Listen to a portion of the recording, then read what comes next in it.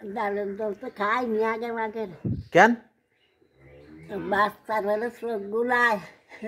ও আচ্ছা, আমাদের সমাজে এই ধারণাটা খুব প্রচলন আছে এবং এটা মুরব্বীর কথা আপনারা শুনলেন, এটা খুব স্বাভাবিক, আমি মেনে নিতে পারি যে মুরব্বীরা এটা বলতে পারে।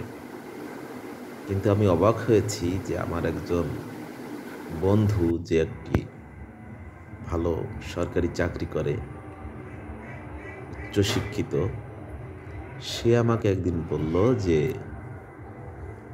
ডাব খাওয়ানো যাবে না। আমি বললাম কেন? বলল ডাব খাওয়ালে বাচ্চার চোখ ঘোলা হয়। তা বললাম এটা কিভাবে সম্ভব? ডাব তো একটা উপকারী জিনিস।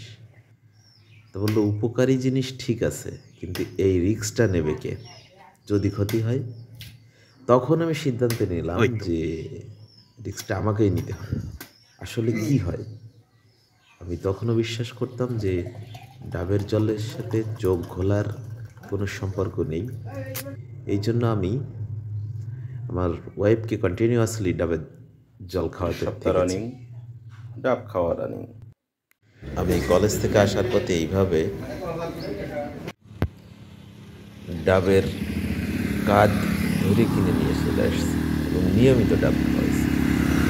এবং জেনে অবাক হবেন যে সর্বশেষ যখন স্ত্রীর মোটামুটি 32 সপ্তাহ চলে, তখন অ্যামনিওটিক ফ্লুইডের পরিমাণ 12 পয়েন্টে নেমে আসে এবং আমার ডক্টর তখন ডাব খাওয়ার পরিমাণ আরও বাড়াতে বলে।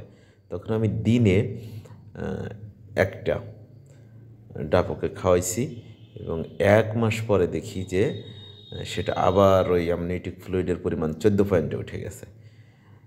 এখন এত সুন্দর কালো চোখ সাধারণত হয় না। খালি ঘুমায়। যে কুসংস্কার আপনাদের মাঝে আছে, আশা করি খেলা চলতেছে সেটা ভুল বলে বুঝতে পারবেন আপনারা।